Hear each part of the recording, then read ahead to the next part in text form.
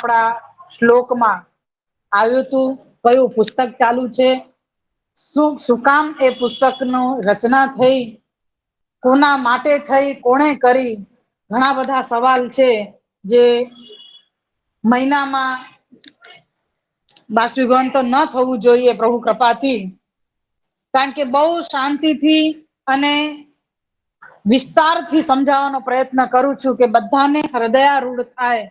શ્રી વલ્લભ પ્રભુ કૃપા કરે ને આપણને કોઈ ઊંઘમાંથી પણ ઉઠાડીને પૂછે કે આ વસ્તુ શું છે, તો આપણને સ્મરણ રહેવી જોઈએ. આપણને કોઈએ દુઃખ આપ્યું હોય તો આપણે એ જિંદગીભર ભૂલતા નથી, પણ સુખ આપ્યું હોય એ ક્ષણમાં જ ભૂલી જઈએ છીએ. તો જેમ કોઈએ દુઃખ આપ્યું હોય ને એના પ્રમાણમાં આપણે આને યાદ રાખીએ, એમ કરીએ કે સત્સંગમાં આપણને ફલાણીએ બેસવા ન દીધી, એ ત્યારે શું ચાલતું હતું? માં ભીડ હતી, હું તો જ્યાં આટલી જગ્યા મળી ત્યાં ઘુસીને બેસી ગઈ. પેલી ને કોણી વાઘ વાઘ કરતી હતી તોય મેં તો ચલાવ્યું. એ સમયમાં શું આવતું તો શ્લોક એ યાદ રાખો, તો આપણને સ્મરણમાં રહેશે. કારણ સારી વસ્તુ યાદ નથી રહેતી, જીવનો સ્વભાવ છે. તો પણ શ્રી વલ્લભની કૃપાથી જેટલું મને અનુસંધાન છે, મેં પણ પાછું પુસ્તક ખોલીને જોયું નથી કે શું આવ્યું હતું શ્લોકમાં, કારણ કે વર્ષો પછી વર્ષો સુધી વાંચન કરતા હોઈએ અને પાછું વચ્ચે કઈક બ્રેક આવી જાય તો એમાં થોડું ઘણું આગળ પાછળ સ્મરણ થઈ જાય છે. શ્રી હરિરાયજી અને શ્રી ગોપેશ્વરજી આ બંને ભ્રાતા છે. શ્રી ગોપેશ્વરજી ના વહુજી લીલા વિસ્તારવાના છે એવું ખ્યાલ શ્રી હરિરાયજી ને આવી ગયો. આપ મોટા ભાઈ છે, નાના ભાઈ ના વહુજી લીલા કરવાના છે એનો ખ્યાલ આવ્યો, અને એ ખ્યાલ પણ એટલે કે એ વહુજી સેવામાં, અલૌકિકમાં, ટહેલમાં ખૂબ જ અનુકૂળ છે. એ અનુકૂળ છે અને એ લીલા વિસ્તાર છે એટલા માટે ગોપેશ્વરજીને અત્યંત દુઃખ થશે.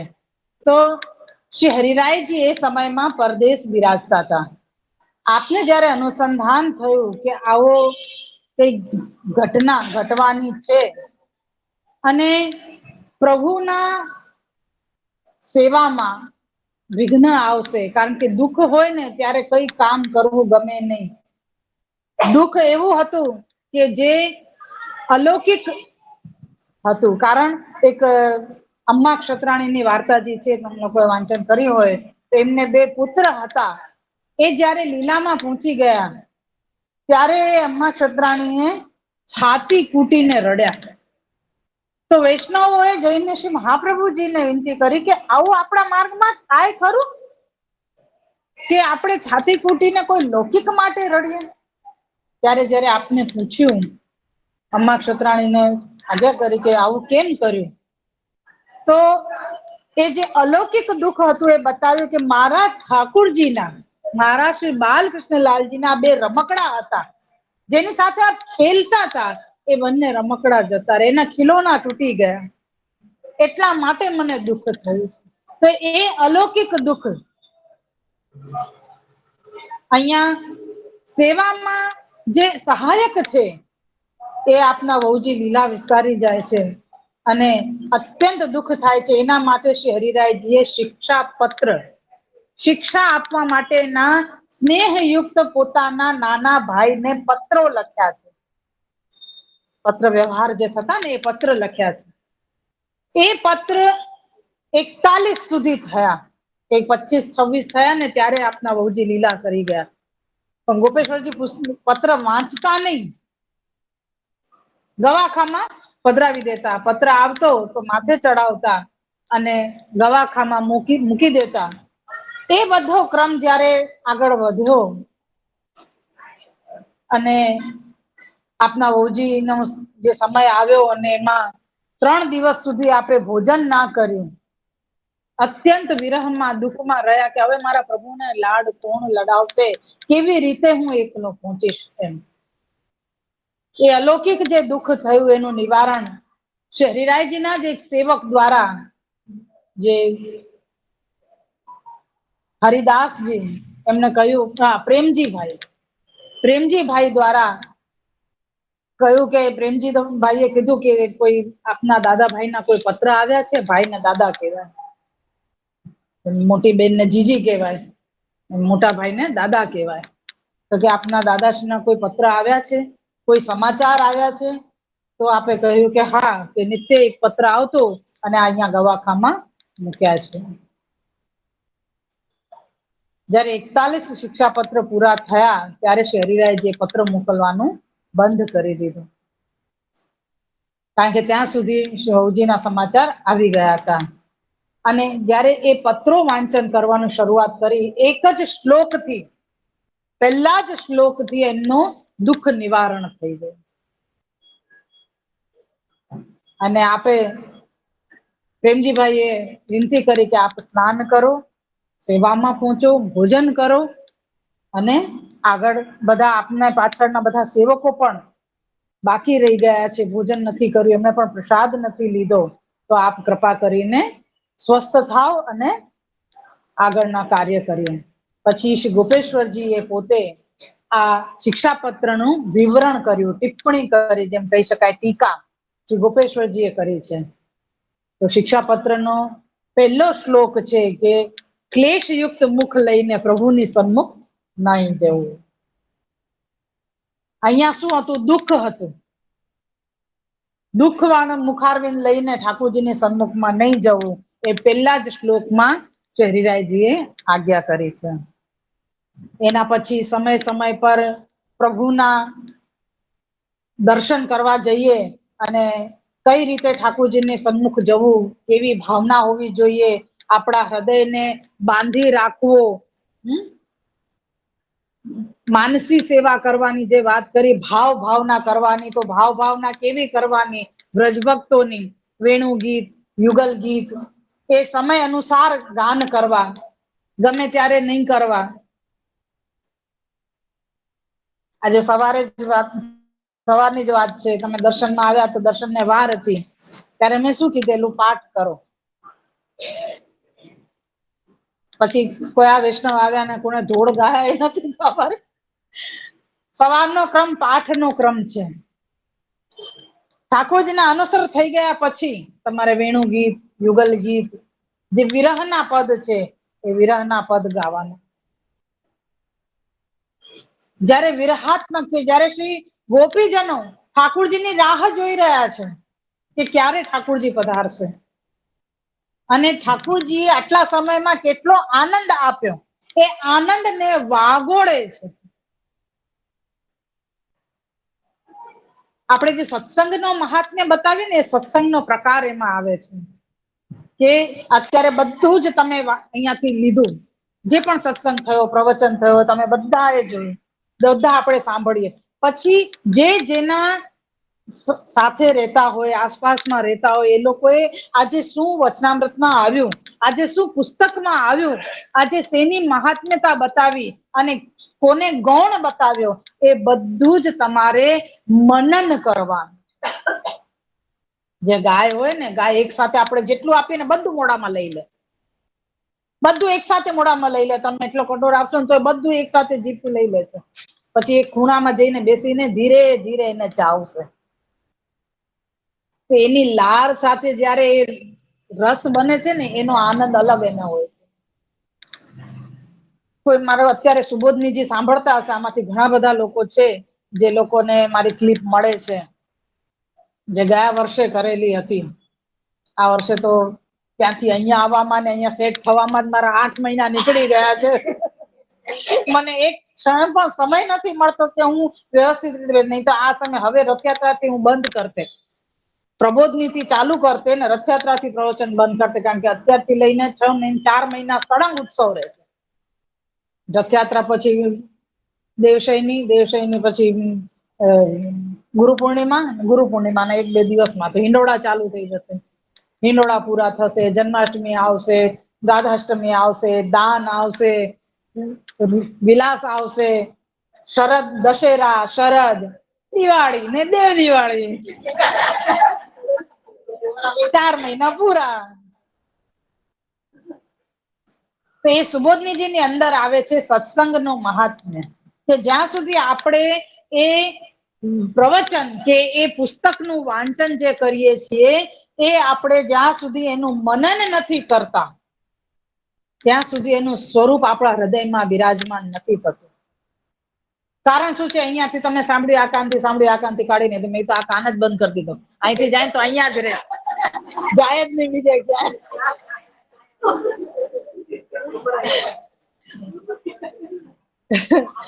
એટલે એક કાનથી સાંભળીને બીજા કાનથી કાઢી દેવાની સ્વભાવ છે જીવનો, તો એવું ના થાય. અને બીજી બે વસ્તુનો બહુ ખાસ ખ્યાલ રાખો, ગમે સત્સંગમાં જાઓ ને તમે, બે વસ્તુનો ખાસ ખ્યાલ રાખો. એક તો બંને કાનથી શ્રવણ કરવું, તો શું છે કે બુદ્ધિ સ્થિર રહેશે. બંને કાનથી, નથી એક કાનથી સાંભળીને બીજા કાનથી નીકળી જાય, એવું નહીં કરવું. બીજું, જ્યારે પણ સત્સંગમાંથી ઊભા થઈએ ને ત્યારે કપડા ખંખેરવા નહીં. આપણે ઊભા થઈએ ને ખંખેરીને આમ આમ આમ કરીને પછી ચાલતા થઈ જઈએ, તો તમે જે લીધું હોય એ બધું અહીંયા જ છોડીને જાઓ છો. એટલે સત્સંગમાંથી જ્યારે પણ ઉઠો, ગમે ત્યાં તમે શ્રીમદ ભાગવતજી સાંભળવા જતા હોય કે તમે સત્સંગમાં બેઠા હોય, ભલે ને ઘરમાં આજકાલ તો ટીવીમાં ને આપણે જોતા હોઈએ, આસ્થા ચેનલ ચલાવી, સંસ્કાર ચેનલ ચલાવી, ગમે ચેનલ ચલાવી, મારી ચેનલ કેમ ન ચલાવી છે ગિરિરાજ, ગમે એનું શ્રવણ કરતા હોય તો ક્યારે કપડા ખંખેરવાની, કારણ કે જે તમે સમેટો છો ને એ હૃદયમાં રહેજો. કપડાનો ખંખેરવાનો મતલબ શું થાય છે? હૃદયમાંથી પણ બધું ઝાટકી દીધું. આપણે કોઈને ઝાટકી નાખીએ ને કે નહીં, એવી વસ્તુ થઈ જાય. એટલે એવો ક્રમ નહીં કરવો. કપડા ઝાટકીને ઘરમાંથી બહાર નહીં નીકળવું, એટલે સત્સંગમાંથી બહાર નહીં નીકળવું. બરોબર. હવે આપણને ભાવના કરવાની જે આજ્ઞા કરી, આપણા લગભગ મને છે 2 શ્લોક, એટલે 1 2 સાથે હતા ને ત્રીજો ચોથો, એવી રીતે 4 શ્લોક આપણા પૂર્ણ થયા છે. હવે આપણે 5મો શ્લોક લઈએ છીએ, થોડું ઘણું ફરીથી રિપીટ કરી લઈએ. श्री हरिराय जी महाप्रभु जी की जय। बड़े शिक्षा पत्र पहलो, श्लोक 5मो। મને જે બ્રજભાષામાં બોલવાનો આનંદ આવે છે ને, થોડું ગુજરાતીમાં મને મારી સુબોધનીજી તો બધી બ્રજભાષામાં જ છે, આનંદ નથી આવતો. ના રે પછી મને બધા આમ જોવે કે શું કીધું છે.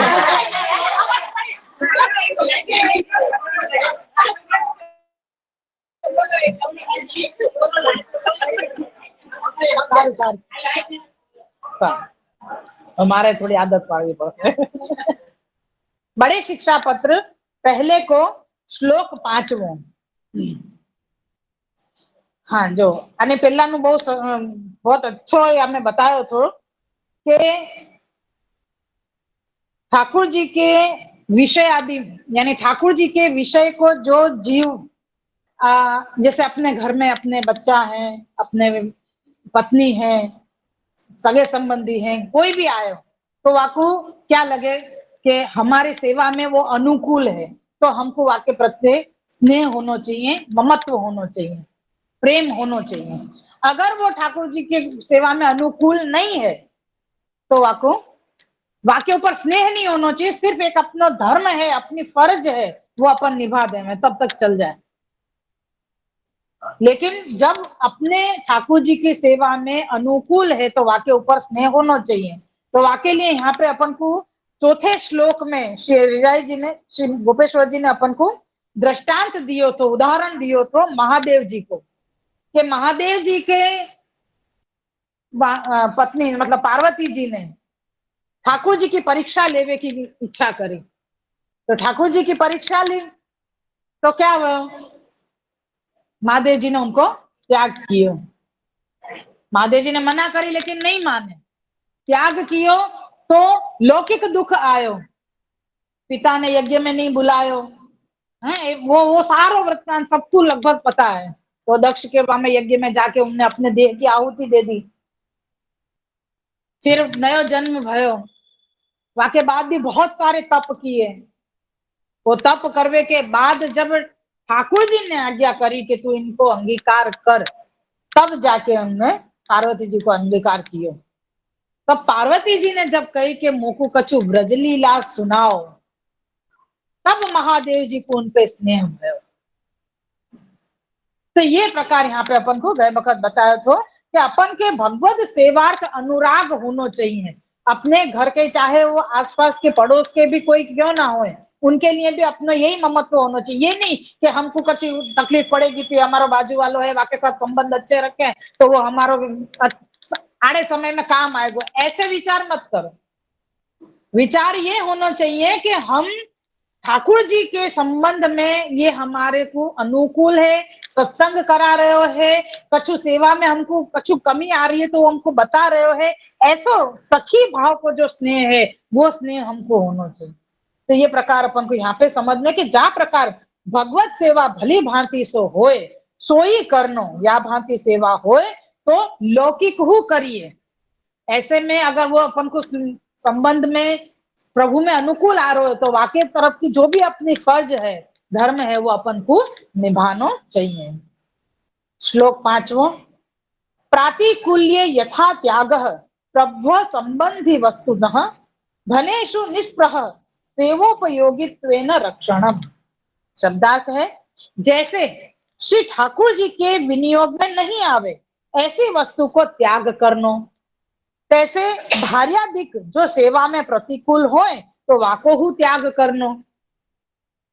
धन में इच्छा नहीं राखनी, परंतु धन होए तो सेवा भली भांति सु होए तासु सेवो उपयोगी ते पने ते धन को रक्षण करनो।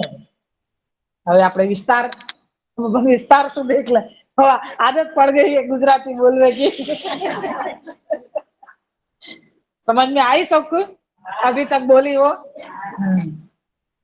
टीका, जो स्त्री प्रतिकूल होए, स्त्री अनुकूल नहीं होए तो भगवत सेवा में प्रतिबंध करवे वाली होए तो वह स्त्री को त्याग करिए, वामे अनुराग न करिए। त्याग नो मतलब ये नहीं कि घरे थी बाहर काढ़ी नाखो।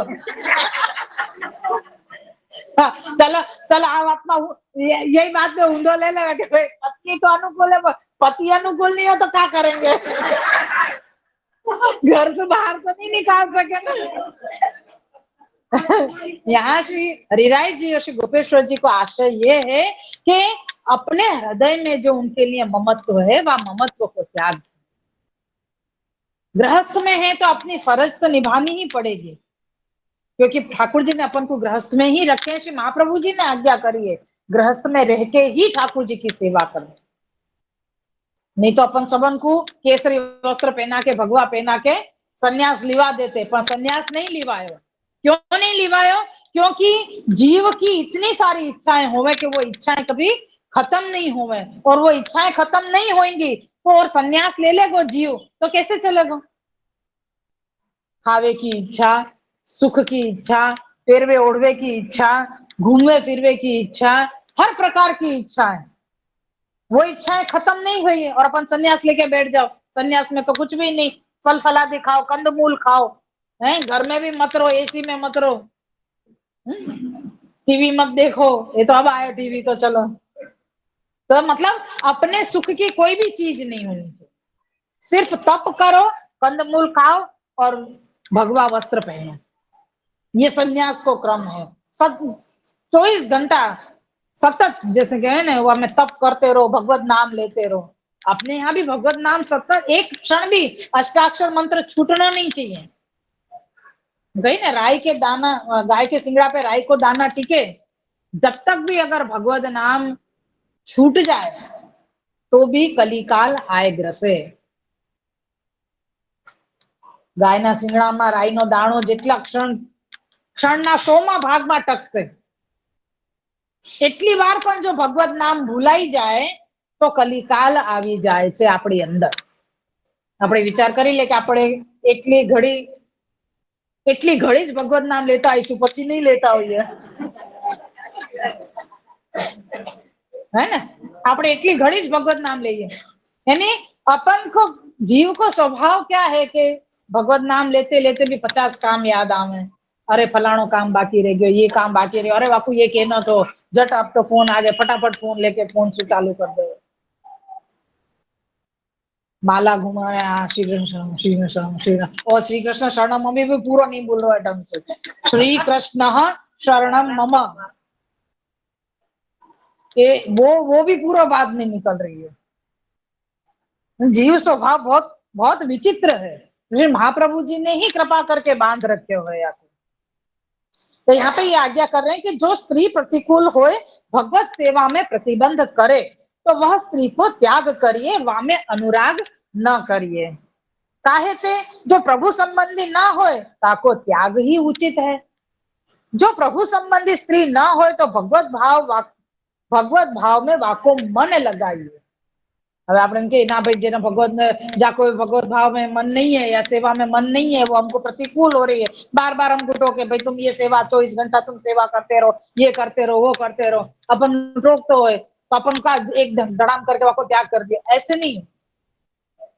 वाकु अपने अनुकूल करवे को प्रयत्न करो, पहले प्रयत्न करो कि आप में भी भगवत भाव उत्पन्न होवे। अमुक में कहा है कि कोई को पता ही नहीं होगा कि ये चीज क्या है, तुम आखो दिन का ठाकुर जी को नाम लेते रहो, आखो दिन का ठाकुर जी की सेवा करते रहो। कोई अपन को टोके, पत्नी भी टोके, पति भी टोके, बच्चाएं भी टोके, तो अपन को उनको बताना पड़े कि देख अपन ये करेंगे ना तो अपन को यासु ये लाभ होगो, यासु अपन को ये फायदा होगो। वाकु अपन को ठाकुर जी की तरफ मोड़वे के लिए भगवत भाव उत्पन्न करना। सुंदर सुंदर वार्ता प्रसंग सुनाओ।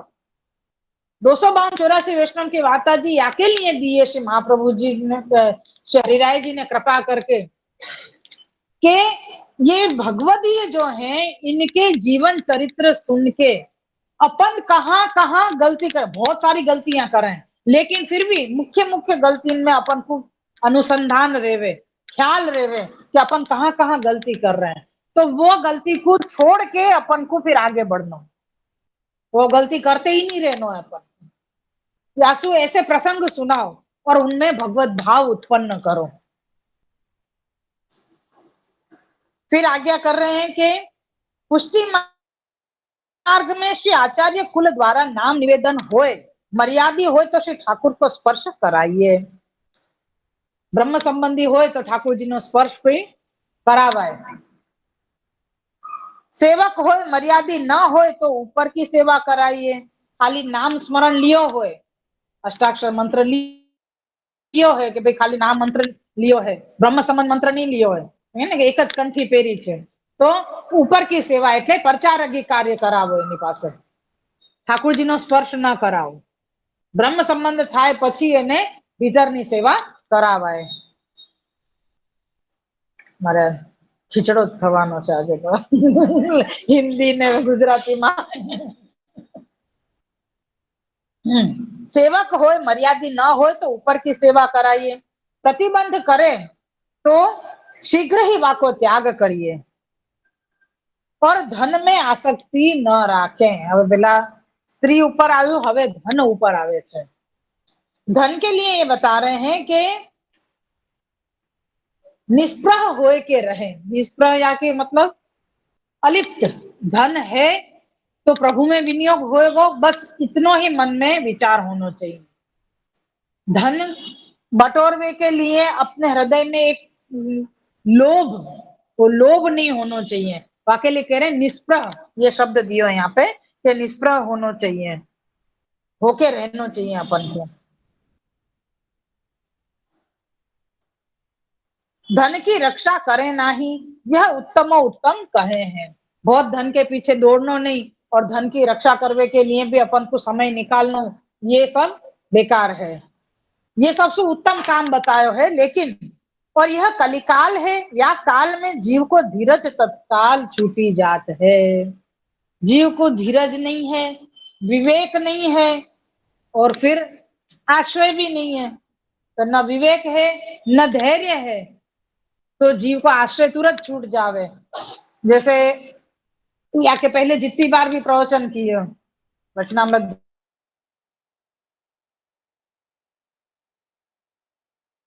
जब भी भय समर्पित के ऊपर सब बताए, तुरंत तुम लोगों के मन में क्या विचार आएगा, अरे अन्याश्रय छोड़ दो। अन्याश्रय मतलब देवी देवता को छोड़ देंगे तो कहीं वो हमारे ऊपर कछु कोपित हो गई, तो कोई देवी कोपित हो गई, कोई देव कोपित हो गया तो क्या करेंगे,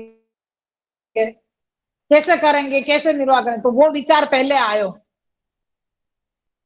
तो ये जीव की दृढ़ता खत्म हो गई, प्रभु पे विश्वास नहीं है, तो आश्रय छूट गयो। एक तो पहले ही अपन ने देवी देवता को आश्रय लियो, तो वहां में आश्रय छूट गयो अपनो।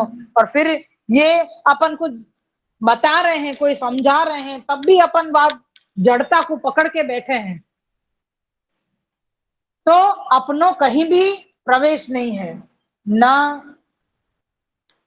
ना देवी देवता अपन को रखेंगे और ना ठाकुर जी रखेंगे, कहीं भी नहीं रह सकेंगे अपन। कई वार्ता प्रसंग में ध्यान देना चाहिए। देवी है तो उन्हें तुरंत मना कर दी कि ठाकुर जी की सेवा, यानी हम वैष्णव की सेवा करवे के लिए चाचा जी की सेवा करी उनने, चाचा हरिवंश जी की। तो आके ने बतायो कि वो वैष्णव है, हम उनको पूरी रात पंखा कर रहे थे। तो ब्राह्मण जाको देवी साध्य हती, देवी प्रकट हती, देवी नित्य दर्शन देती थी ब्राह्मण को। तो ब्राह्मण ने कि तुम देवी हो के, तुम भगवान हो के, और इनको एक जीव मात्र को तुम पंखा कर रहे हो, उनकी सेवा कर रहे हो। तो क्या, अरे ये तो श्री महाप्रभु जी, श्री गुसाई जी के सेवक हैं, साक्षात ठाकुर जी हैं, इनकी सेवा करने को तो हमको भी कभी मौका नहीं मिले, अवसर नहीं मिले।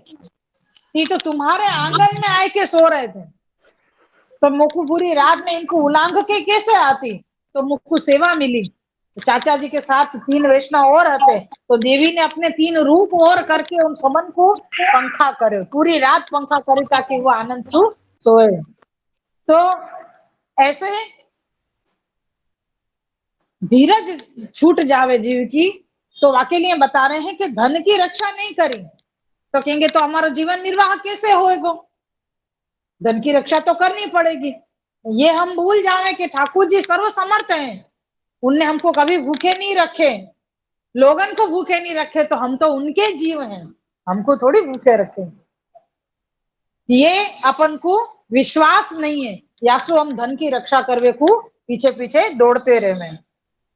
जो धन की रक्षा ना करें तो धन सब उठी जाए, पाछे जीवन को धीरज न रहे, तब धन के लिए बहुत दुख पावे, सो न करें। अगर ऐसा हो रहा है कि हमको धन के लिए, धन के पीछे हमको दौड़ना पड़ रहा है, तो ऐसा हमको नहीं करना चाहिए। क्यों नहीं करना चाहिए? क्योंकि धन की रक्षा करें पर अपने सुखार्थ नहीं करके ठाकुर जी में विनियोग होएगो, ये विचार करके और फिर धन की रक्षा करो कि ये धन है तो हम प्रभु के सुंदर मनोरथ करेंगे, सुंदर सामग्री करेंगे, सुंदर वस्त्र आभूषण लाएंगे, अत्तर सुगंधी लाएंगे, तो या के लिए हम धन को संचय थोड़ो थोड़ो करते रहे। जैसे अपन कहे ना कि अपनी जो रोज की कमाई होवे वह में सु हम अमुक परसेंट कोई भी सेवा के कार्य के लिए हम भेंट निकालते रहे, तो वो क्रम भी हमको चालू रखें, तो या के लिए भी हम धन की रक्षा करें, फिर ठाकुर जी से विनती करके हम अपने सारे धन की दूसरी तरफ विनियोग कर सकें। तो कह रहे हैं कि अगर धन की रक्षा नहीं करें और कोई चोर लूट गए, के कोई अपने घर में सु कोई ने अपन के साथ गलत किए और अपने पैसा सारे चले गए, अपन बिल्कुल धन बिना के हो गए, तो ऐसे में अपन को दुख होएगा तो ठाकुर जी की सेवा में मन नहीं लगेगा। तो या के लिए यहाँ पे आज्ञा कर रहे हैं कि तो धन की रक्षा करो, परंतु अपने सुख के अर्थ नहीं। तो यह जाने जो यह धन प्रभु को है, सो प्रभु की सेवा के अर्थ रक्षा करें। जो हृदय में पूर्ण वैराग्य होए तो धन की रक्षा न करें। अगर अपन को वैराग्य है कि कोई बात नहीं, गयो आज को गयो, कल को कल आएगो। सेठ पुरुषोत्तम दास की वार्ता जी में है, एक पर्वत पे जावे काशी से, तो एक वैराग्य साथ में, विरक्त वैष्णव भी साथ में है। तो एक पर्वत जो है मल्लियागिरी पर्वत, शायद वो ब्राह्मण को रूप लेके आए। उनने आके ये कही कि उन्हें सेठ पुरुषोत्तम दास जी से आके कही कि भाई ये मेरे पास जो पत्थर है, पत्थर है तो के जाने हीरा सोना देवे है, पारसमणि है ना, हाँ पारसमणि है, तो के पारसमणि देखें कही कि भाई ये पारसमणि तुम लो, तुमको ये रोज सोना देगो, ये सोना तुम या कुछ तुम्हारो जीवन बन जाएगो। सेठ पुरुषोत्तम दास जी ने कहा मेरे को तो कछु नहीं चाहिए, मेरे पास तो बहुत है, क्योंकि सेठ नाम सु ही सेठ है, वो नाम सु ही सेठ बने। सेठ पुरुषोत्तम दास जी कोटि में विरला, એ વા સમય में लाखोपति हते। वो लाखोपति हते, यासु उनको सेठ कहते। वा समय को तो एक एक पैसा की गिनती हती ने, अभी तो 100 रुपया की भी कोई गिनती नहीं है। 10 तो भूल जाओ, 100 की भी गिनती नहीं है। तो सेठ पुरुषोत्तम दास जी ने कही कि भाई मेरे को नहीं चाहिए, मेरे साथ ये विरक्त है, उनको पूछ लो कछु चाहिए तो विरक्त को पूछी तो विरक्त ने भी मना कर दी। मैं विरक्त, आज को खायो कल को फिर मिल जाएगा, आज कमायो आज खायो, कल कमायो कल खाऊंगो। वो तो फिर वो पर्वत जो आते वो तो चले गए।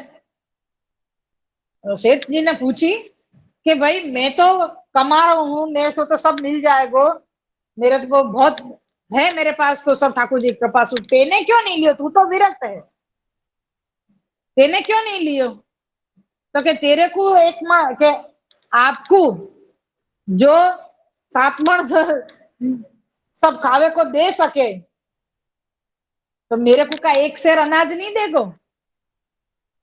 ठाकुर जी तेरो घर पूरा कर सके तो मेरो घर नहीं पूरा, मेरी खुद की एक आत्मा को पूरा नहीं करेंगे का? तो वो प्रकार है कि जाको वैराग्य हो गयो है, वाके लिए कितनो भी धन आ जाए, वाको आवे या जाए, वाको कोई फर्क नहीं पड़े। तो यहाँ पे वही आज्ञा कर रहे हैं कि अगर हृदय में वैराग्य है तो पक्को तुमको धन की रक्षा नहीं करनी चाहिए। और जो वैराग्य दृढ़ न होए तो भगवत सेवार्थ जानी रक्षा करें और भगवत उत्सव आदि में यह धन को लगावें। जो भगवत अर्थ धन न लगावे और लौकिक में लगावे तथा धन में मन को आसक्त करी के भगवत उत्सव में, भगवत सेवा में, गुरु के वहां, वल्लभ कुल के वहां, वैष्णवन में न लगावे तो आसुरा वेश आवे। क्या आज्ञा कर रहे हैं? पहले तो धन की रक्षा मत करो, अगर तुम्हारे हृदय में वैराग्य है तो। चलो वैराग्य तो नहीं है, मैं तो गृहस्थ हूँ, वैराग्य नहीं है, दृढ़ विश्वास भी इतना नहीं है अभी, तो अपने मन को मोड़ दो। कहा? तो कि ये जो धन है वो ठाकुर जी में लगाना। चलो बोल तो दियो, मैंने बोल दियो कि ये धन ठाकुर जी में लगाना है, लेकिन मैं लगाऊ नहीं। वैष्णव कोई पूछे कि भाई તમે તો બહુ સારું છે, હા હા બધું ઠાકોરજીનું જ છે, બધું ઠાકોરજીનું જ છે, ये बोल तो देवे अपन, लेकिन न भगवत उत्सव में लगावे, न वल्लभ कुल में लगावे, न वैष्णव में लगावे। तो श्री हरिराय जी और श्री गोपेश्वर जी ये आज्ञा कर रहे हैं कि अगर ऐसा करोगे तो तुम्हारो धन आसुर हो जाएगो, वहां में आसुरा वेश आएगो। और वो आसुरा वेश आवे तब धन को क्या होवे? चोर लूट के ले जाए, रोगादि प्रतिबंध होवे तो दवा में चलो जाए, नहीं हो तो अपने बच्चा वगैरह सब ऐसे निकले जो धन को व्यय कर दे। वो कहीं धन अपने काम नहीं आवे, जा काम के लिए अपन ने वाकू संभाल के रखो हुए लौकिक के लिए। तो यासु कह रहे हैं कि अगर ऐसा, अगर ठाकुर जी में, हरि गुरु वैष्णव में अगर अपनो धन नहीं लगा रहे हैं अपन, तो अपने धन को या अपने विचारन में आसुरावेश आ जावे है। ताते मन करी के आसक्ति रहित होए के धन की रक्षा करी भगवत सेवा गुरु सेवा में विनियोग करें, या भांति विवेक सो वैष्णव रहे तो भगवत भाव हृदय में बढ़े। श्री वल्लभ की कृपा सु ये अपनो 5वां श्लोक यहाँ पे पूरो भयो। श्री वल्लभाधीश की जय, श्री गुसाई जी परम दयाल की जय, श्याम सुंदर श्री हमें श्री गिरिराज धरण की, श्री हरिराय जी महाप्रभु की जय, श्री गोपेश्वर जी महाराज की जय।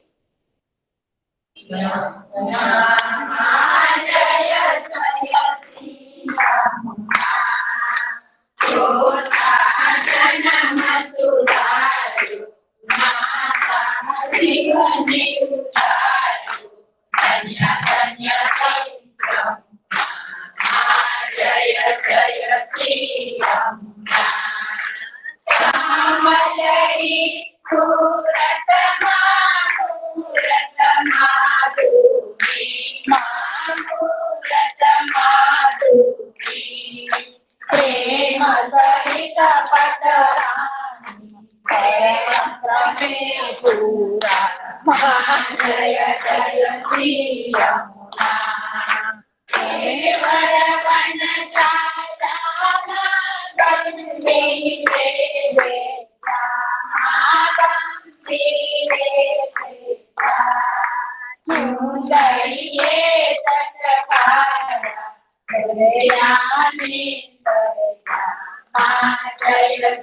श्री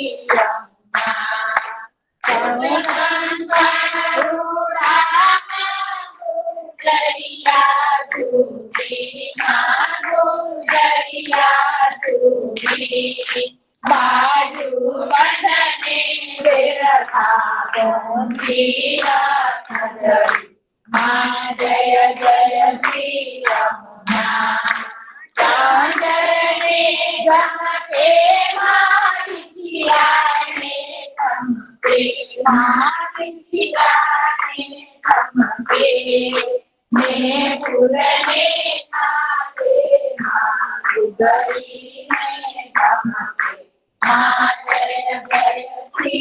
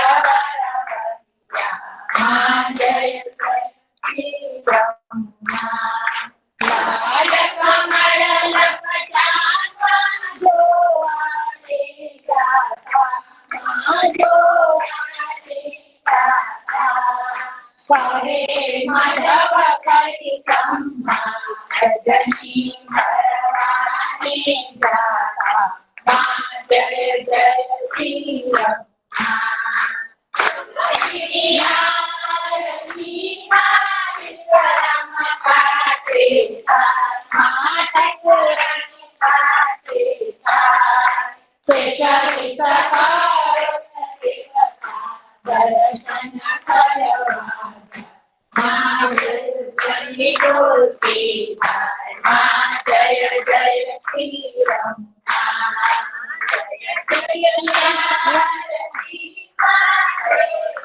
जय जय श्री यमुना जय जय श्री यमुना जो साधन सुधारो माता जीवने उतारो धन्य धन्य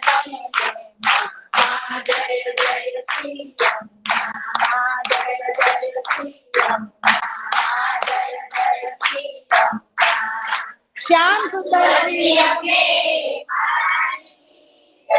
Figure out